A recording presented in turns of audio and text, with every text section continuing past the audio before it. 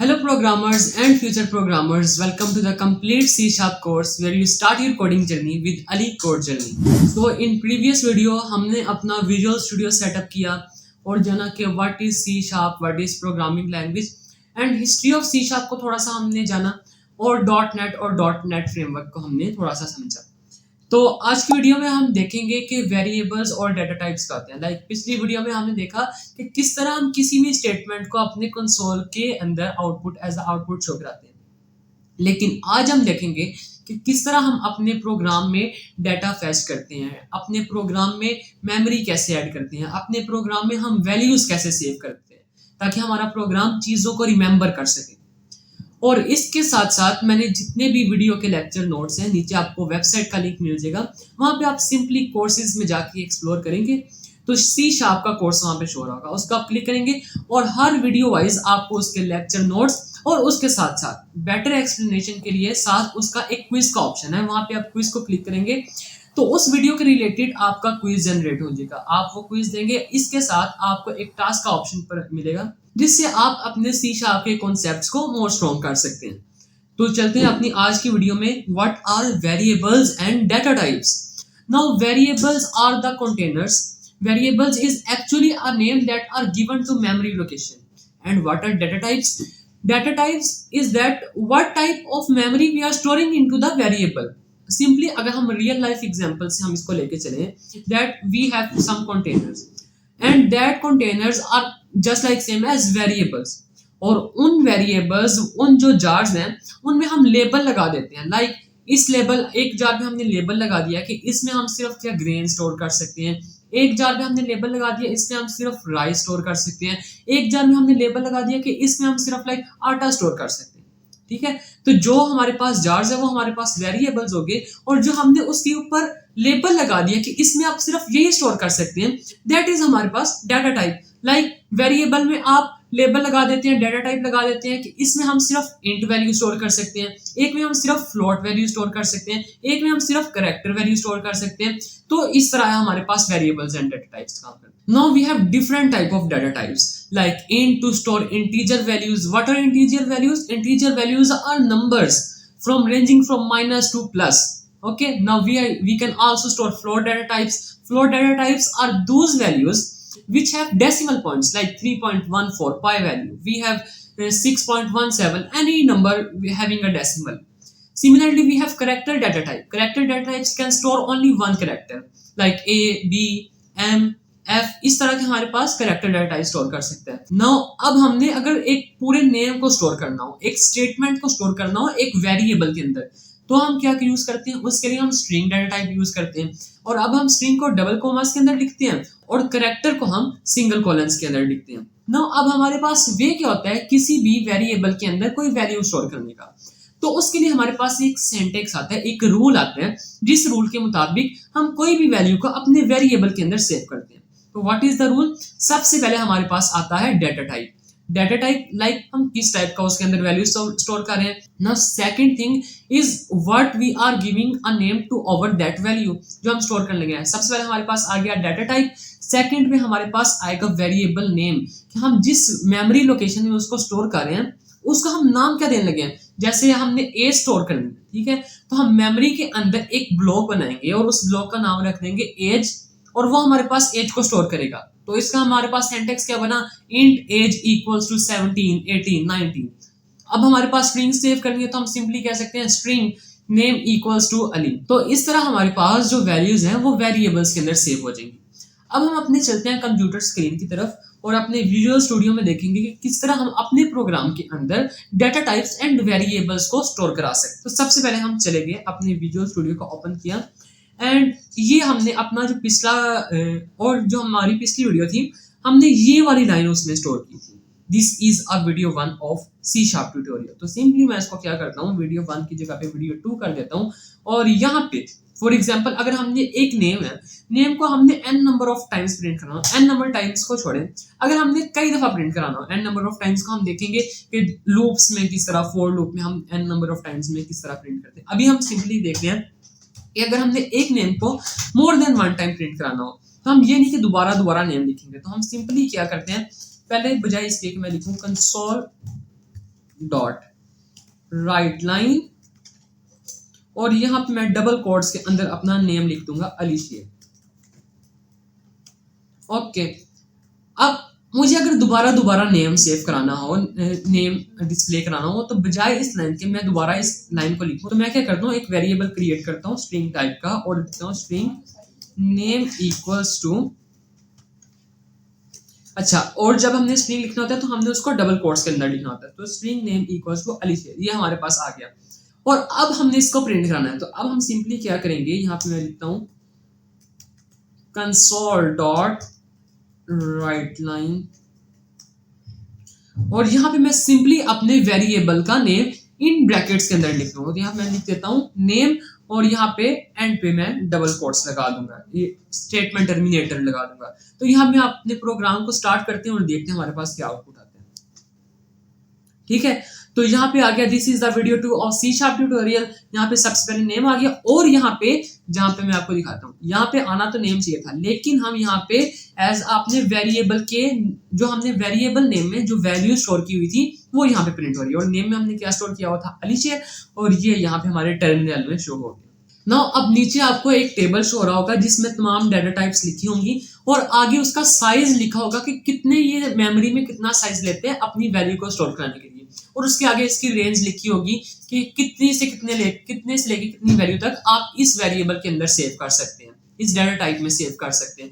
तो सिंपली आप direct table को रिमेंबर कर सकते हैं, ताकि जब आप इंट में अगर वैल्यू स्टोर करने लगे, तो अगर आप उसकी रेंज से अबव उसमें स्टोर करेंगे तो वो एरर दे देगा, ओवरफ्लो अंडरफ्लो का एरर देगा। अगर आप उसमें ज्यादा वैल्यू स्टोर करते हैं तो वो ओवरफ्लो का एरर क्रिएट कर देगा।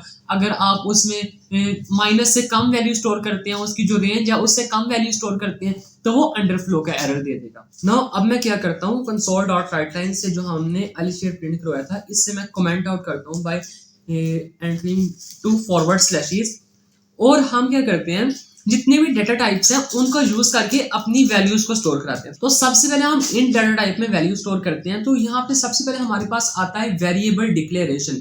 लाइक यहाँ मैंने किया इंट ए, तो हमारे पास एक वेरिएबल मेमोरी में एक वेरिएबल नेम बन गया ए के नाम का। ठीक है, अभी इसके अंदर वैल्यू कोई स्टोर नहीं हुई, तो यहाँ पे मैं अगर ए वैल्यू ए क्रिएट किया, तो यहाँ पे मैं मल्टीपल वेरिएबल्स भी डिक्लेयर कर सकता हूँ, जैसे ए, यहाँ पे मैंने बी, और यहाँ पे मैंने सी भी डिक्लेयर कर लिया। अब इस पॉइंट पे ये जो हमारे पास लाइन लिखी हुई है, इसे कहते हैं वेरिएबल डिक्लेरेशन। अब मैं यहाँ पे नीचे जाता हूँ और इन वेरिएबल्स को इनिशियलाइज कर देता हूँ, like A equals to 5 and B equals to 7 and C equals to 8।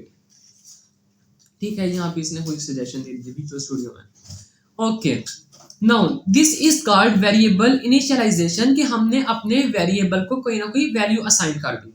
अब हम क्या करते हैं, इन सारे वेरिएबल्स को यूज करके एक ना कंप्लीट बायो, जो एक कंप्लीट जो बेसिक डाटा होता है ना है, उसको हम ना सेव कराते हैं। ठीक है, कि एक हमने जो पर्सन की पूरी डिटेल्स होती हैं उनको सेव करना है। सब सिंपली मैं क्या करता हूँ, अब हमने एज स्टोर करनी है। ठीक है, तो एज के लिए हमें कौन सा डाटा टाइप रिक्वायर्ड है, एज के लिए हमें इन डाटा टाइप रिक्वायर्ड है। ठीक है, तो वो उसमें सेव कर लेता हूँ 18। नाउ अब हाइट के लिए, हाइट हमारे पास पॉइंट्स में भी हो सकती है, लाइक 5.6, 4.3, अगर आपका कोई छोटे कद का दोस्त है तो 4.3, उसके बाद 6.1, इस तरह। ठीक है, तो डेसिमल वैल्यू है हाइट, तो इसके लिए हम फ्लोट डाटा टाइप यूज करेंगे, फ्लोट डाटा टाइप, या फिर हम डबल डाटा टाइप भी यूज कर सकते हैं। तो यहाँ मैं करता हूँ डबल हाइट इक्वल्स टू 5.9, यहाँ पे हम कर लेते हैं। ठीक है, तो यहाँ पे उसने हाइट सेव कर ली। उसके बाद हमने उसका जेंडर सेव कराने के लिए, तो जेंडर हमारे पास मेल या फीमेल हो सकता है, तो उसको हम एम या एफ से रिप्रेजेंट करा सकते हैं, मीन्स कि हमें एक सिंगल कैरेक्टर चाहिए।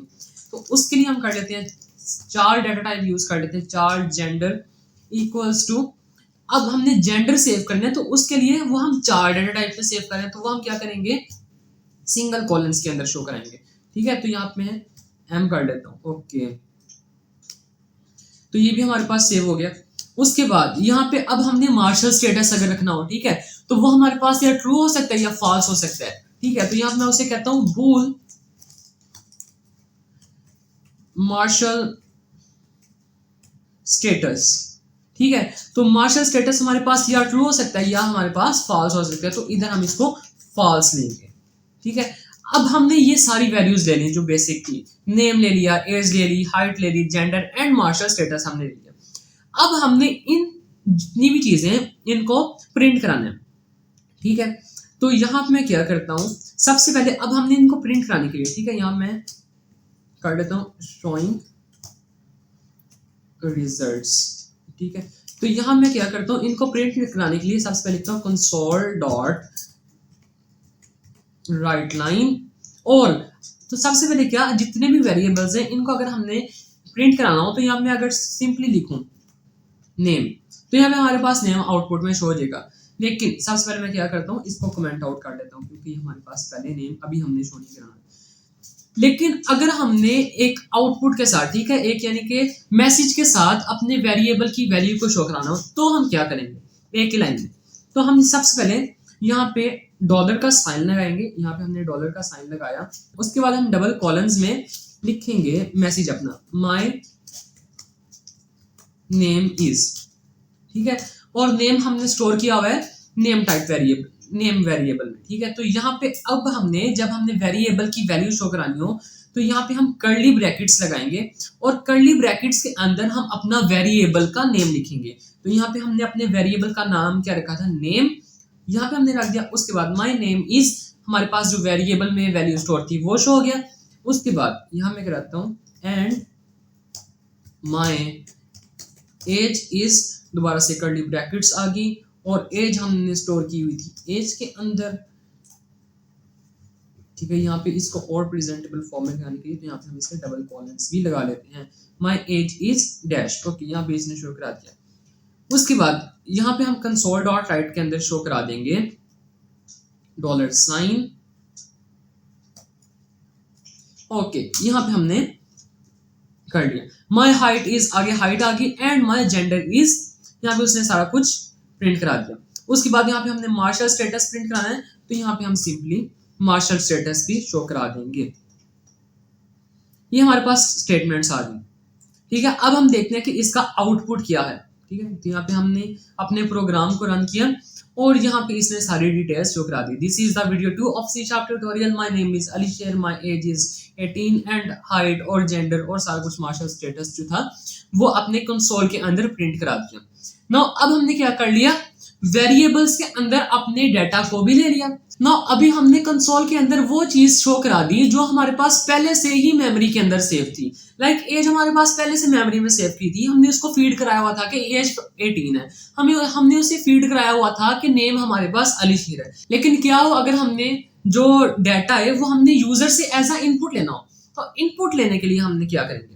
ठीक है, तो यहाँ पे मैं क्या करता हूँ, अच्छा तो सबसे पहले मैं क्या कर लेता हूँ, जो हम अपना ये आउटपुट शो करा रहे थे इसको मैं कमेंट आउट कर लेता हूँ। ठीक है, इसको मैंने कमेंट आउट कर लिया और जो अब हमने क्या करना है, ये जितनी भी वैल्यूज हैं ये अब हम यूजर से लेंगे, जितनी भी हमारे पास वैल्यूज हैं ना। तो अब हम इनपुट लेंगे। तो पहले अगर हमने जब कंसोल में कुछ आउटपुट प्रिंट कराना होता था तो हम क्या लिखते थे, कंसोल डॉट राइट लाइन, कि कंसोल के अंदर ये राइट कर दे।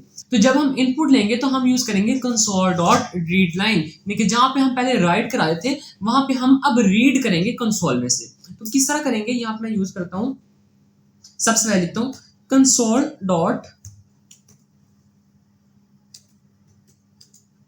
Read line. ठीक है, सिंपली मैं इतना लिखूंगा। तो ये क्या करेगा, यूजर से इनपुट ले लेगा, लेकिन जो इसने यूजर से इनपुट लिया वो कहीं पे सेव नहीं किया। तो उसको सेव कराने के लिए मैं यहाँ पे क्या करता हूँ, नेम, हमने एक वेरिएबल डिक्लेयर किया था कि जो हमारे पास कंसोल डॉट रीड लाइन जो भी वो यूजर से इनपुट ले उसको किस में सेव कर दे, नेम वेरिएबल के अंदर सेव कर दे। तो यहाँ पे उसने क्या, नेम को ले लिया। तो अब उस नेम को प्रिंट करना, तो यहाँ पे मैं उसे कह दूंगा कंसोल डॉट राइट लाइन और यहाँ पे आ गया नेम।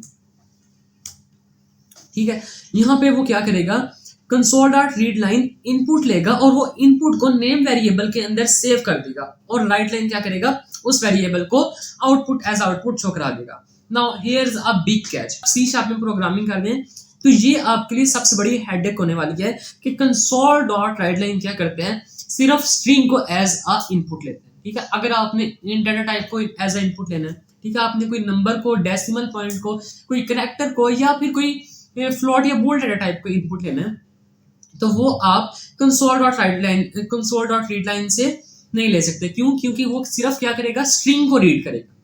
तो अगर आपने कंसोल डॉट रीड लाइन को variable as a int float variable में सेव कराना है, तो उसके लिए हम यूज करते हैं पार्सिंग। ठीक है, अब पार्सिंग में हम किस तरह सेव करते हैं, मैं अब एज के अंदर, ठीक है,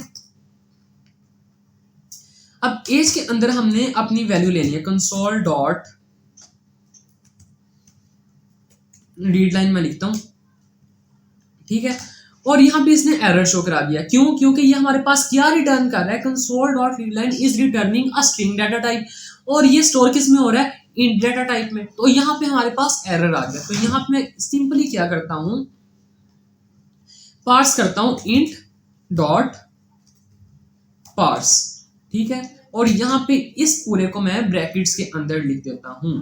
तो ये सिंपली क्या करेगा, स्ट्रिंग में हमारे पास इनपुट लेगा और कन्वर्ट कर देगा स्ट्रिंग को इंट में, क्योंकि हमने पीछे क्या यूज किया है, int डॉट पार्स का फंक्शन यूज किया है, और उस int डॉट पार्स के फंक्शन से यूज करके जो हमारे पास उसने इंट में कन्वर्ट किया था, वो एज वेरिएबल को असाइन कर देगा। और इसी तरह हम क्या, इसमें डिफरेंट वैल्यूज ले सकते हैं। ठीक है, यहाँ पे अब मैं हाइट इक्वल्स टू, अब यहाँ पे ठीक है, यहाँ पे इसने सजेशन दे दी, लेकिन यहाँ पे हम क्या करेंगे, बजाय इसके कि वो इंट वैल्यू को हमारे पास हाइट के अंदर सेव करें, हम यहाँ पे लिख देंगे फ्लोट डॉट पार्स। ठीक है, तो यहाँ पे मैं लिख देता हूँ फ्लोट डॉट पार्स, और ये हमारे पास जो हाइट के अंदर है फ्लोट डाटा टाइप सेव कर देगा।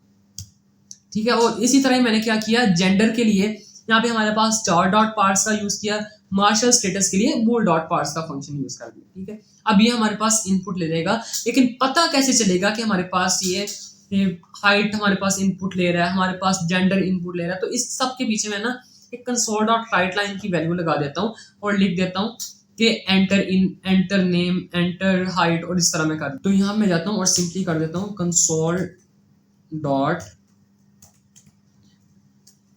Right line enter your name. ठीक है, यहाँ पे आ गया डॉट राइट लाइन। उसके बाद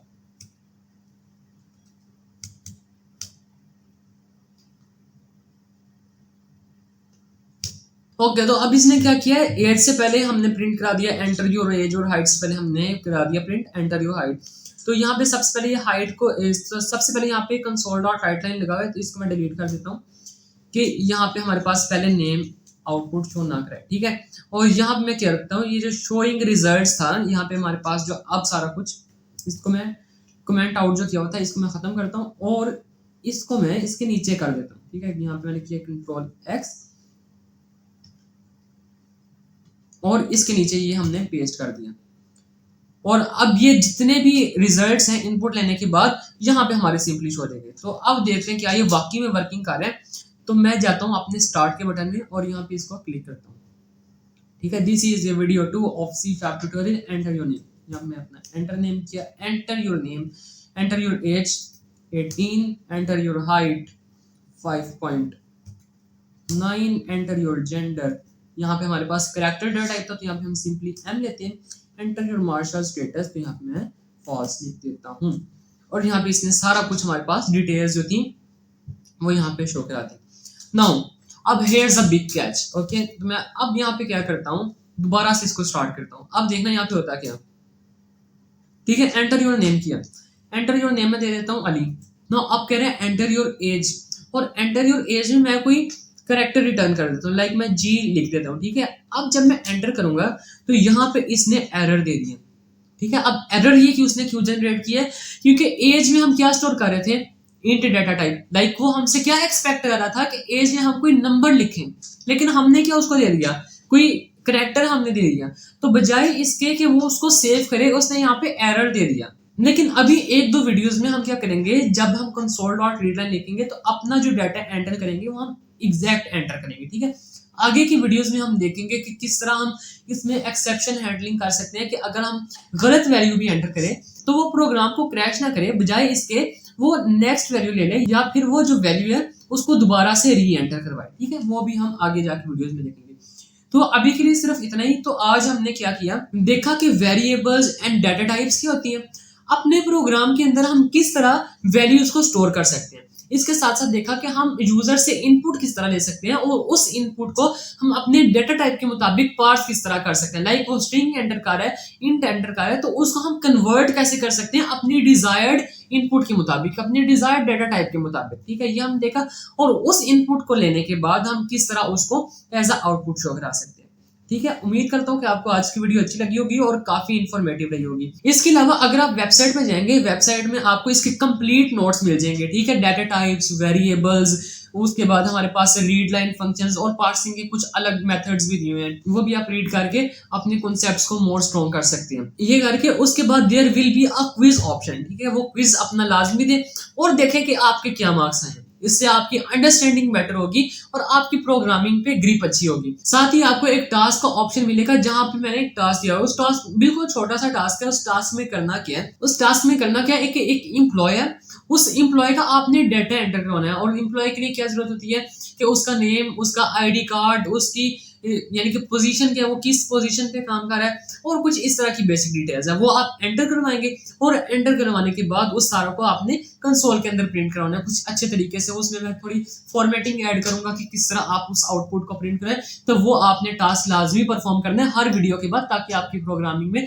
ग्रिप अच्छी हो सके। तो आज के लिए सिर्फ इतना ही। मिलते हैं अपनी नेक्स्ट वीडियो में, और नेक्स्ट वीडियो में हम देखेंगे हमारे पास ऑपरेटर्स क्या होते हैं और डिफरेंट टाइप्स के हम ऑपरेटर्स को देखेंगे, और काफी मजे की वीडियो और ये सीरीज रहने वाली है।